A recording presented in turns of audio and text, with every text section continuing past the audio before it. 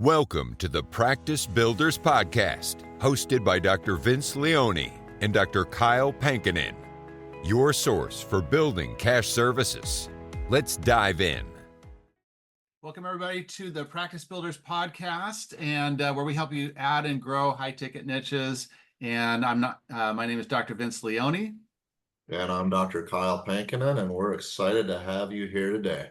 Yeah, we have a fantastic guest, Sachin Patel, chiropractor, functional medicine expert, practice success coach. Sachin, welcome to the show. Gentlemen, thank you. I am very honored to be here and honored to share this time and space with both of you and the audience. Absolutely. We're really excited to have Sachin on the show. I had the opportunity to meet him recently at Dr. Matthew Loop's social media summit, which was a fantastic event. Got to drive fast cars, which was, I know you enjoyed that, Sachin, right? I did. Looked like you had one of those ready to order. Well, I've got a Porsche, so but I don't drive it that way. So it was a wonderful opportunity to experience what these cars are capable of, and the attention to detail that goes into them. It made me want to come home and drive my car more than anything else. So it was fun to see what these cars are capable of, and it's also cool to see in practice what our bodies are capable of. So we sometimes don't understand our limits until we are pushed to the brink of them. Yeah, 100%.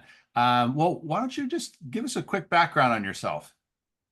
Yeah, absolutely. So I'm, as you mentioned, rather, I'm a chiropractor. So I started off in a sports chiropractic based clinic, doing a lot of ART and soft tissue work, and became pretty renowned for that. The practice we were working with elite athletes, Olympians, professional athletes. So it was pretty cool. And 2 years in, I thought I was, at the peak because I had, accomplished what I had visualized. And that was the first summit in my life, if you will. And I'm like, what do I do next? And right around that time, I was invited to be on the news because we were helping people with these soft tissue injuries.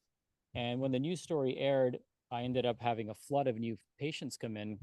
And unfortunately, none of them had soft tissue injuries. They were all dealing with what we might call cellular dysfunction, metabolic health issues, autoimmune conditions, things that, my chiropractic training didn't really provide me any preparation for. And I thought I was pretty darn good at what I did, but I couldn't help these people. And so I realized that the people that need me the most, I really have nothing to offer them, but neither did their medical doctors. And this isn't a shot against them. It's just the reality that none of us are trained in medical school, chiropractic school, and maybe even naturopathic school to look at cellular dysfunction and know how to measure it and what to do about it. And so I started learning about functional medicine as a result of that, and just became enamored with, digging a little bit deeper. And just like structurally we can get to the root cause, we can also get to the root cause at a cellular level. And then you realize that you also have to get to the root cause at an emotional level. And so my work evolved from there. I opened up a clinic in Cincinnati, Ohio, then another one in Toronto. And then the practitioners started, learning more about what I was doing and how I was running my business, and wanted me to offer some guidance and support to them. So I started a coaching business about 8 years ago. And so we still operate our institute called Living Proof.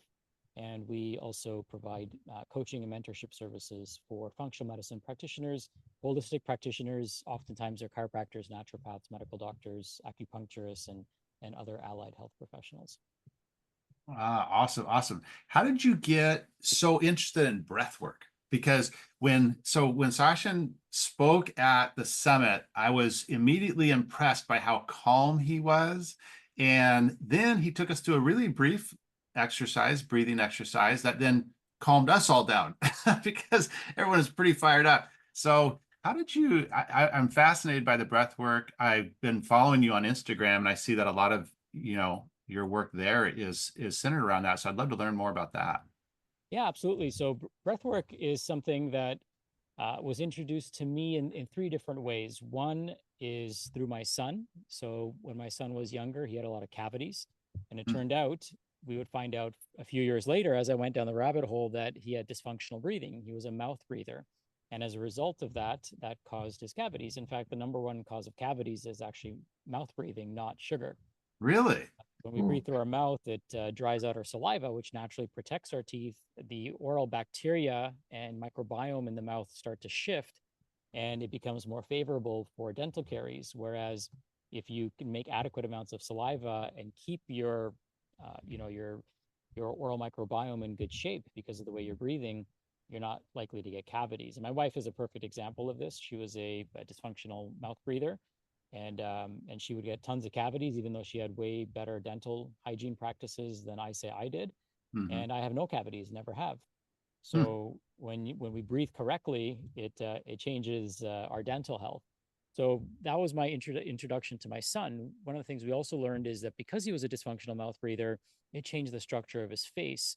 Because when our tongue sits in the roof of our mouth, it actually um, creates an outward force. So it pushes our upper palate outwards and forwards and sideways to open up the airways. So people who have dysfunctional breathing patterns, tongue sitting in the bottom of their mouth, are going to have small upper palates, small airways, and oftentimes their teeth are going to be overcrowded. And if you go to a dentist, they're going to want to pull those teeth, which keeps the jaw small instead of fixing and correcting the breathing issue. And so my son would always complain about feeling stuffy. And we realized it's because he had a small airway. So we met with an airway dentist who expanded his palate. His breathing restrictions went away. He didn't have to have any of his teeth pulled. They all came in nicely. And he's now got a beautiful wide smile. So that's one of the ways that, breathing impacted me directly with my son and changed the course of his entire life, because most people find out they're dysfunctional breathers in their 40s, 50s, and 60s. It's great to know that he's going to be breathing amazingly healthy for his entire life moving forward. It's one of the greatest gifts we can give our kids. I And my think I'm wife, one of those people that realize I'm a dysfunctional mouth breather in my 50s. yeah, yeah. I mean, and it's interesting because some people, when you start learning about breathing, right, it brings so many of my worlds together, right? It brings my world of being a good father. It brings my world of form and function, right? As chiropractors, we understand that form and function are inseparable. And we Mhm. also understand that God doesn't make any junk. So, we aren't broken. We don't need to have our teeth pulled. We don't need to have our wisdom teeth pulled. I mean, all of this is a result of not using our bodies in the way they're meant to be utilized. And so one of the main causes of these small jaws is soft food. So even though people might eat healthy, if you're eating an organic or drinking an organic smoothie, there's no chewing involved. And mastication, as we all know, elicits specific reflexes and responses in the body, like saliva production, like enzyme production in the stomach, like initiating a parasympathetic response in the autonomic nervous system. I mean, if you're not chewing, our hunter-gatherer ancestors used to chew 4 hours a day. And now kids, most of their foods are pureed or cooked or mechanically processed. So there's really no chewing involved. Most of the food people are consuming, they're just drinking it because it's already liquefied for them. So that Mhm. causes the jaw not to form correctly. So, once you know these things, you start piecing it all together and you start realizing, oh my God, well, if people aren't breathing well, then there's a lot of other things that aren't working well in their body. And as a functional medicine practitioner, we're really focused on cellular metabolism and detoxification and lymphatic flow and, you know, um, improving circulation and all of these things. Well, these things are all connected directly to how we breathe. So the functional medicine practitioner in me, once I saw this, couldn't unsee it. Mhm. And so then I started learning more about it, started going down the rabbit hole. And as I'm piecing this together, I used to teach head and neck anatomy in chiropractic school. I used to tutor it when I was in school. So that's a big part of my focus for many years. Sure. And so a lot of my worlds started colliding together at breath. And so a lot of people who are out there teaching breath work are teaching, these 10-minute or 15-minute or maybe even 60 or 90-minute practices, which are great. And I encourage people to explore those as well. And I facilitate extended breath work sessions as well. But what I realized is that what people are not talking about is how people breathe the rest of the day. So if we do anything for 15 minutes, that's 1% of our day. The other 99% of our day, that's what I'm focused on, how people breathe. And that's what I think differentiates the work I do from everyone else's, because, our breathing apparatus and I don't want to make this whole conversation about breathing, but Sure, you sure, can tell sure. I'm very passionate about it. And so it's affected me, it's affected my wife. Um, I don't know if I showed this to you. I don't think I showed it to you, but my wife had a military neck and she had chronic upper neck and shoulder pain. And it turns out that she had a tongue tie. And that tongue tie is basically the frenulum under your tongue is extra prominent or extra thick, and it limits the mobility of the tongue. So she couldn't get her tongue to sit at the roof of her mouth. Hmm. And the tongue is connected to the shoulder. So there's a muscle called the omohyoid. So our tongue attaches to our hyoid bone, or portions of it do. And there's a muscle called the omohyoid, which goes from the hyoid bone to the top of the shoulder. Omo means shoulder. And so she would always have this chronic upper neck and shoulder pain. And no matter what I did, it would be only transient relief. She got the tongue tie done, which was like a 30-second procedure, maybe even less than that. And instantly her cervical lordosis restored itself. And we have the x-rays to show Really? it. Oh my And God. her neck pain immediately disappeared, because your tongue is actually connected all the way down to the tip of your toes through your fascia. So when people have tongue ties, their entire fascial system is quite restricted. So chiropractors look under your patient's tongues, because if they're only getting temporary relief from the work you're doing and you're feeling a lot of fascial tension, it could be a result of a tongue tie, which is very common these days, especially. Huh, that's so interesting. What are some maybe top three breathwork tips that you can give our audience, and how that could maybe improve their, I don't know, daily life and how Yeah, they absolutely. operate? So a couple things for people to understand is that the average person overbreathes. So just like people overeat, the average person overbreathes. We only need to breathe about 4 to 6 times a minute. The average person breathes about 15 to 20 times a minute. The fastest way to slow down the aging process is to actually slow down the number of breaths that you take. So a turtle lives about 200 years, takes about 3 breaths a minute. A dog breathes about 35 times a minute, ages about 7 times faster than a human. We can actually consciously control our breath, and which other animals can't. They don't have the developed prefrontal cortex, perhaps even overdeveloped prefrontal cortex that humans do. So they are victims of their breath, whereas we can actually take the steering wheel of our nervous system, which is the conscious control of our breath, and literally, just like you would step in an elevator and push a button to where you want to go, you can do that in your body with your breath. Hmm. So the first thing we recommend to people is which hole in their face are they breathing out of, right? So there is a time to breathe out of your mouth, but the majority of the time we want to be breathing in and out through our nose. So nasal breathing. When we breathe through our nose, it cleanses the air, pressurizes the air, moisture regulates the air, temperature regulates the air, purifies the air of pathogens, because our nose is lined with a mucous membrane that produces nitric oxide in the presence of healthy gut microbiome in the mouth. So that's why mouth breathing also kills our immune system, because it kills the nitric oxide producing bacteria. So that bacteria, the nitric oxide kills pathogens on contact. Nitric oxide also dilates our blood vessels, improving circulation, thus lowering blood pressure as well. So breathing through our nose also regulates our blood pressure. And so when we breathe through our nose versus our mouth, we're breathing in purified air, which creates a healthy lung microbiome, versus breathing through our mouth. When we breathe through our mouth, the mouth is the dirtiest part of our body. Now we're adding this chronic stressor on the lung immune system. And so slowing down our breath would be the next thing. Automatically, when you breathe through your nose, you breathe slower than you would breathe through your mouth. Because you're pressurizing the air, you're always going to have resistance breathing through your nose. And that's with intent. We actually get 20% more oxygen delivery to the alveoli in the base of our lungs when we breathe through our nose versus our mouth, because our nose pressurizes the air through the turbinates. The other thing that happens, so the other tip I would offer is breathing through the nose and then tongue at the roof of the mouth. So when we put our tongue at the roof of our mouth, in the back of our front 2 teeth, there are actually tremendous numbers of nerve endings that soothe our autonomic nervous system and shift us into a parasympathetic state. So think of a child sucking their thumb, right? Hmm. They're instantly soothed. Think of a child when the mother's nipple hits the roof of their mouth, they're instantly soothed. When they use a pacifier, they're instantly soothed. And so we can do that with our tongue. However, when you place your tongue in that position, you can't breathe through your mouth anymore. So it automatically forces you to breathe through your nose, and it also soothes your nervous system. So now you're automatically going to shift into a parasympathetic state. When you shift into a parasympathetic state, that's when all the reasons that people are coming to your office, their aches and pains, their fatigue, their excess body fat, their foggy thinking, their poor digestion, their high blood pressure, their high blood sugar, their high cortisol, like all the reasons that they're coming to see us all of those start healing simultaneously, instantaneously, because now they're in a more parasympathetic state, and we only heal in a parasympathetic state. So every breath we take is literally a fork in the road. We get to decide how we want to feel. So if we can take conscious control over it, it's like taking conscious control of the steering wheel in your car. You can drive in any direction you want. And then, so the pace at which we encourage people to breathe is called coherence breathing. It's 6 seconds in, 6 seconds out. And if you breathe at that pace, you're going to take about 5.5 breaths a minute. And that's going to slow your breath down. You're going to get more oxygen delivery to the tissue. So I didn't know this. You guys may know this, but there's something called the Bohr effect.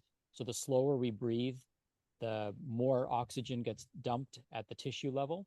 So as CO2 levels increase, which is a byproduct of cellular respiration, CO2 and water, as CO2 levels increase, we actually get more oxygen being delivered to the cell.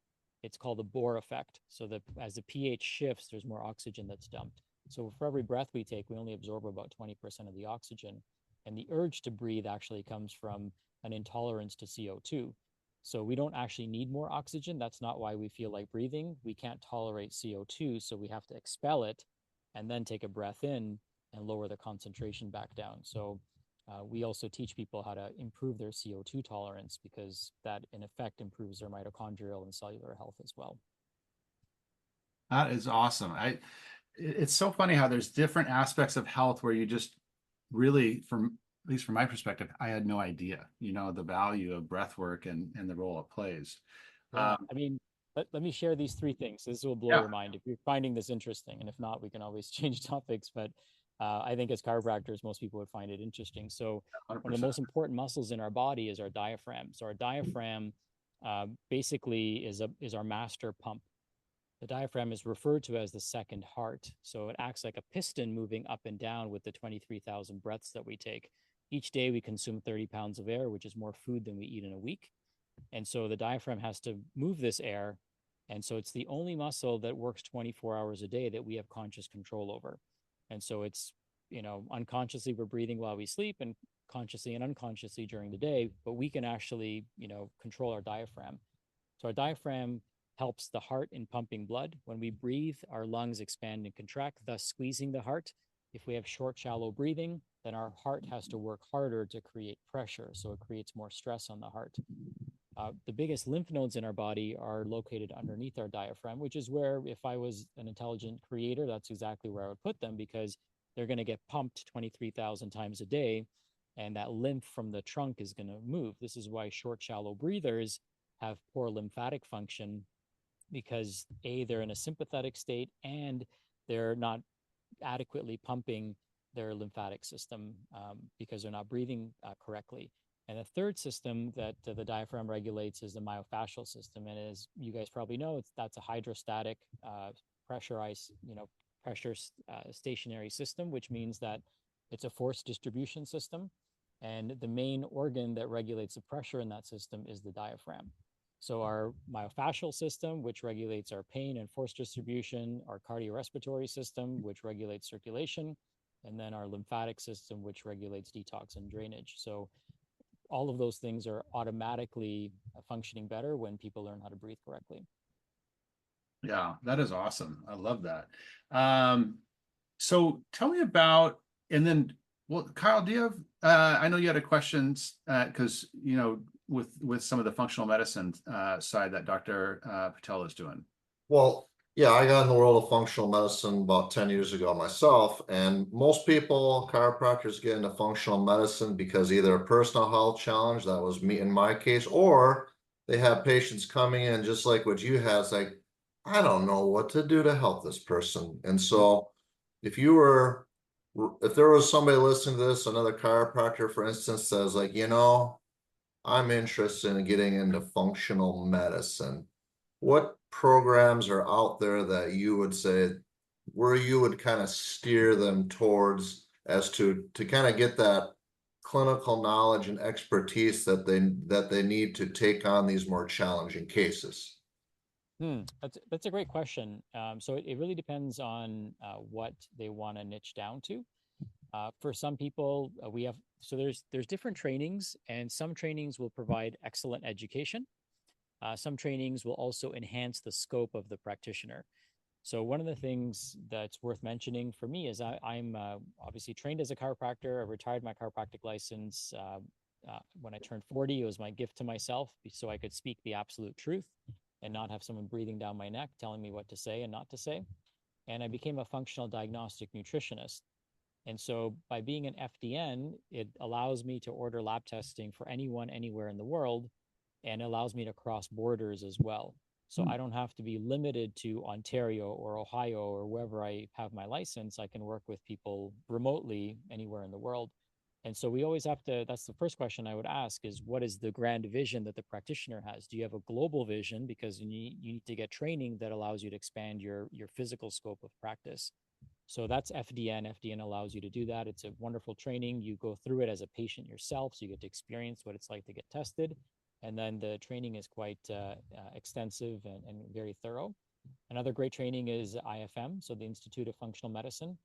That's a very comprehensive training.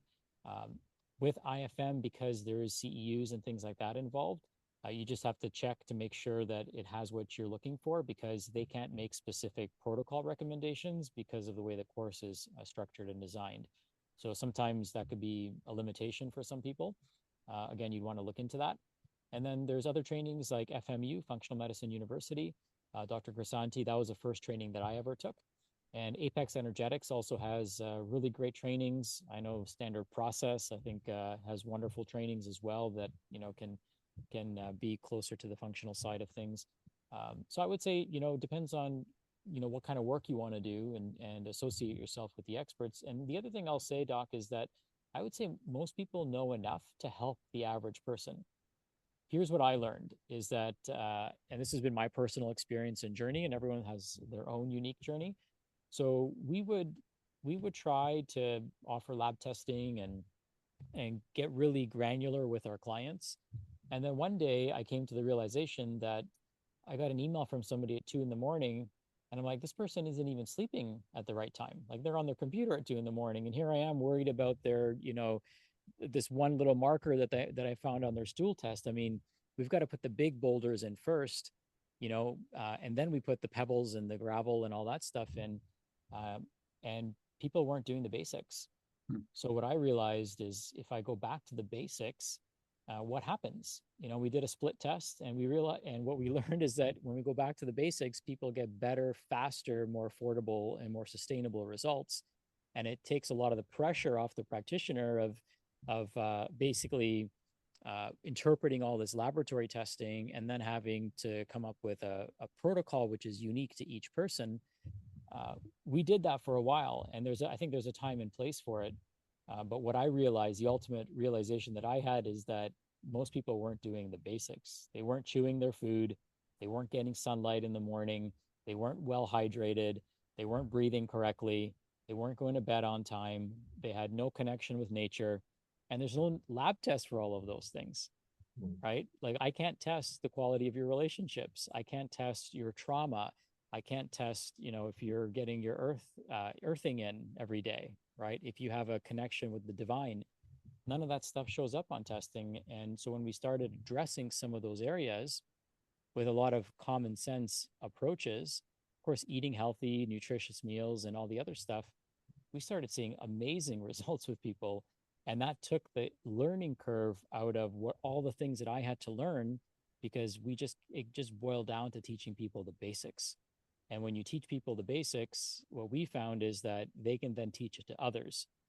And it becomes the fastest way to actually create rapid and permanent change in people's health. So that was kind of the thing that I learned along the way, is that we are niche down. So we do focus specifically on metabolic health, which does cover a wide variety of things. But I would say our practice really focuses on metabolic health, body composition, weight loss is a big part of what we do. And we do things a little bit differently. We go back to the basics and give the body exactly what it needs. And we seem to get amazing results with that. That was actually a follow-up question I had, because Dr. Leone and I teach our clients to focus on specific niches, be it spinal decompression, disc problems, or chronic knee pain, specifically osteoarthritis and peripheral neuropathy. as kind of a business model in a sense to take on a big problem, a big challenge, and provide a comprehensive solution. In the world of functional medicine, are you seeing that doctors are really doing well by focusing on very specific niches within the world of functional medicine? Yeah, that's a great point. And to double down on that, I think we have to have a focal point in our practice.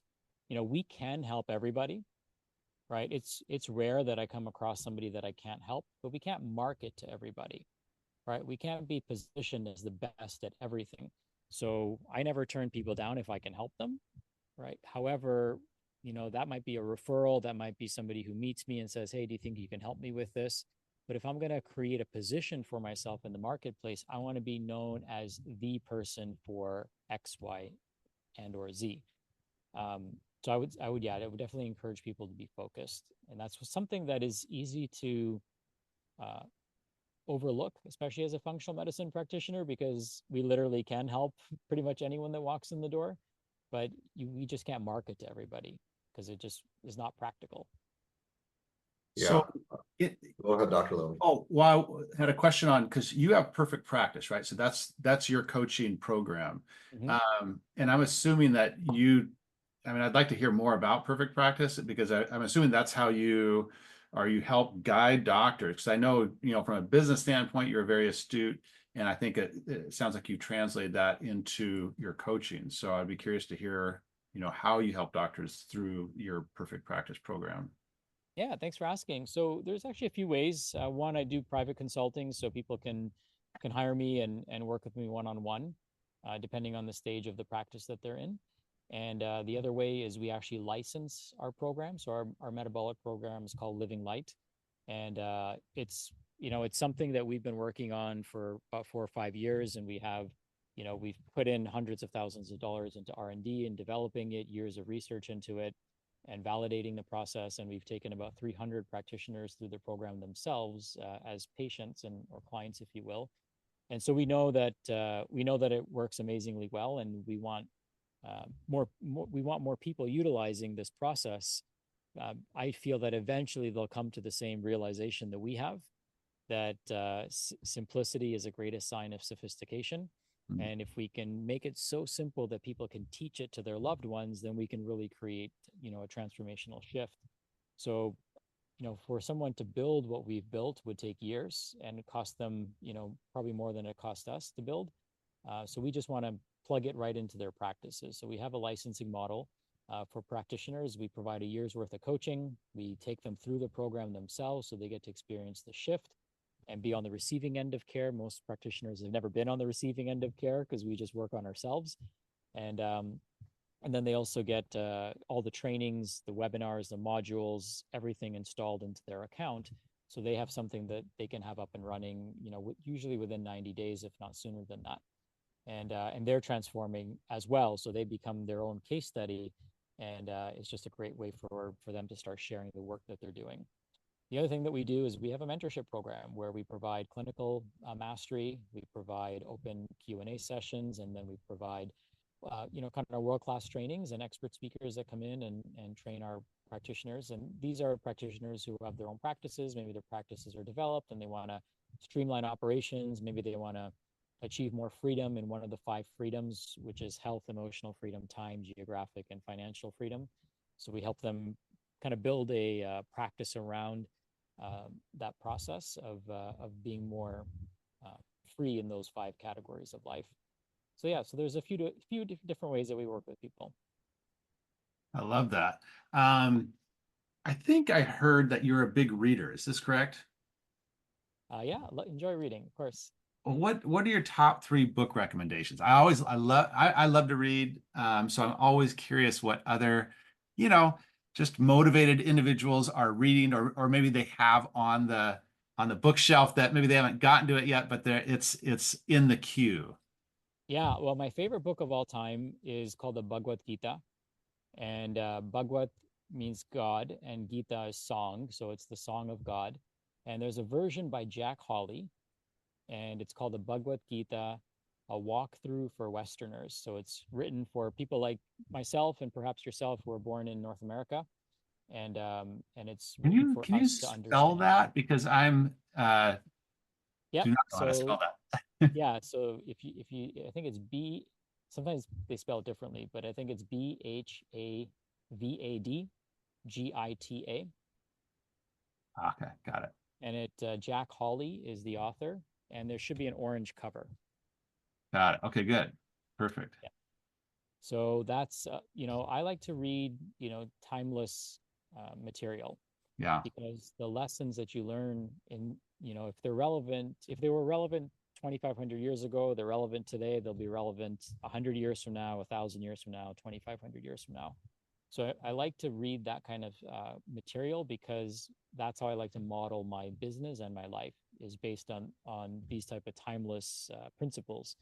The other book I love is the Tao Te Ching, which is written by Lao Tzu, another timeless classic. So it's basically 81 verses or meditations, and kind of teaches you the grand way of life, the great way. And then the other book that I think is a great book that everyone should read is called Breath by James Nestor. So many years ago, I bought a copy for all of my clients because it completely changed my life. Another great book, I'll leave you with one more, is called Regenerate by Sayer G. And he does a masterful job at kind of showing us how amazing we are. I think every chiropractor should read that book. I love it. I love it. Dr. Kyle, any other questions on your side?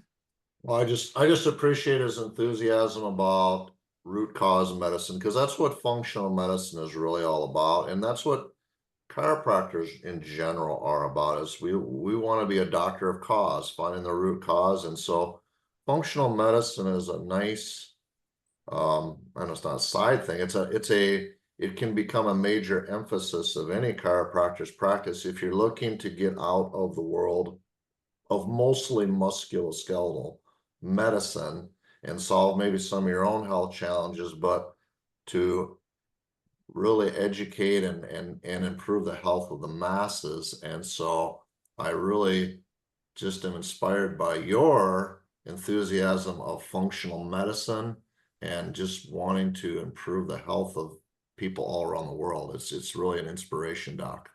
Oh, thank you. I appreciate that. And there's something that I missed saying that I think is worth mentioning, because you jogged it in my memory, is the scalability of what we do. So one thing I recognized a few years ago is that very bespoke functional medicine is awesome, but it's not scalable.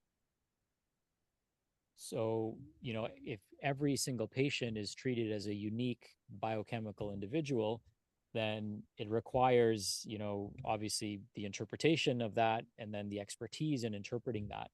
And so it becomes difficult for practitioners to replicate and replace themselves, because the patient is determining the outcome. And the patient's determining the intervention as well, because they have a unique situation. But if we help people solve a specific problem in a specific way that they want to solve it, then everyone is coming to the table with a very similar issue. And therefore, you can work with them in a group capacity. So we have our programs tiered, where we have our metabolic program set up so that you can go through it with a community of others.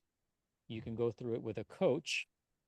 And these are both scalable programs because they don't involve testing. Or you can go into the third tier of the program, which is more bespoke, where we do genetic testing and food intolerance and inflammation testing, so that we can come up with a very specific, customized blueprint for that client.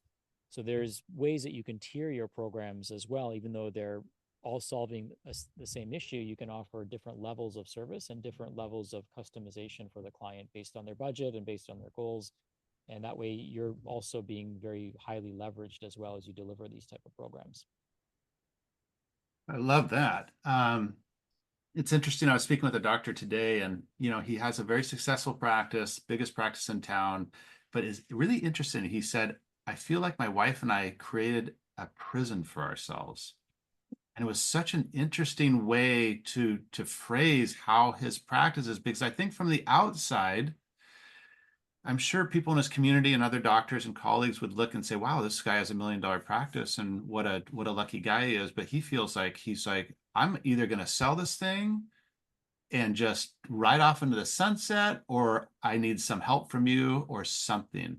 So what impressed me most probably about Sachin when I met him was how calm he was, and just seemed like he was at peace, you know. And I think so many doctors are not there. And so I'd just be curious, like, if you have any kind of, I don't know, message or words of advice for doctors that may be feeling kind of like this guy, that are just, you know, not in a practice that they love at the moment, and maybe how they can figure out a way out of it.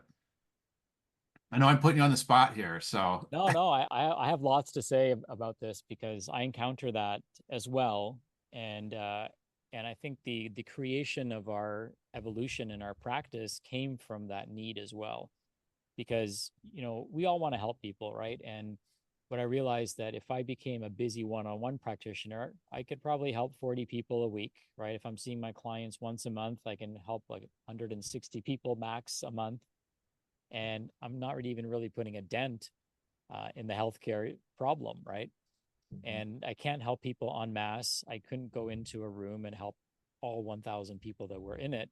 So it actually forced me to ask a different set of questions, right? And a different set of what ifs. Like, what if I could help everyone? What if I could help everyone and measure that I'm helping them without doing something invasive and something that requires lab work or blood work, which then increases my liability? What if I could do something where I could help 100 people at once instead of helping 100 people one at a time? Right. And so in order for me to do that, I just have to uh, amalgamate people that have a similar problem, who want it solved in a very specific way by a specific person through a specific process. And there's plenty of people that want that, right? There's plenty of people that want to lose weight without excessive exercise, without, shooting themselves up with injections every week, without, starving themselves, right? I mean, who doesn't want that? So it became very easy for us to put all those people in the same room together.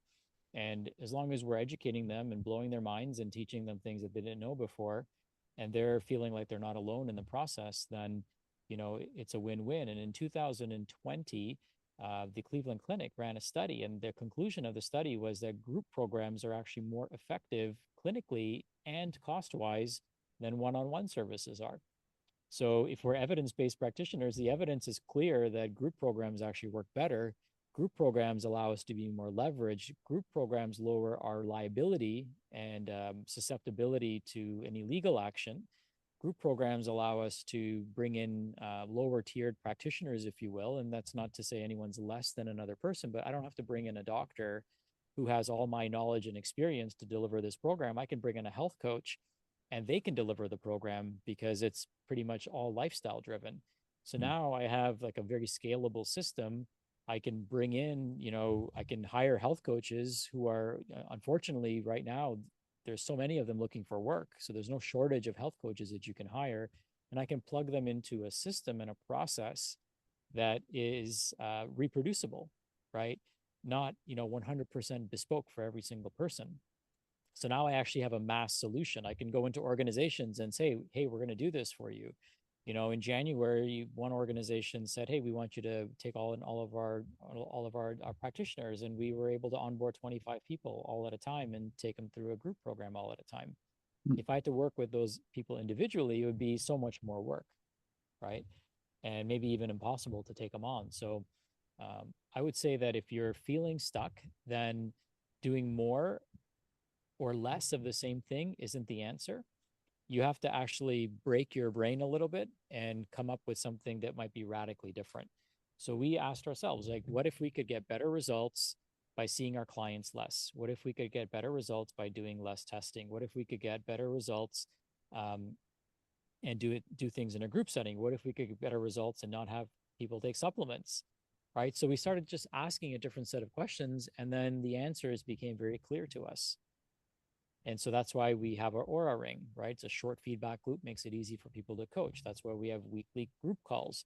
That's why we've pre-recorded, a lot of our content and material so that people can reference it. That's why we have quick start guides when people buy our kits and our programs. So we've got everything kind of sorted out that makes the operation very streamlined. And it's also this program so simple to deliver that so many of our patients that go through the program or clients that go through the program ask us, hey, how can I do this?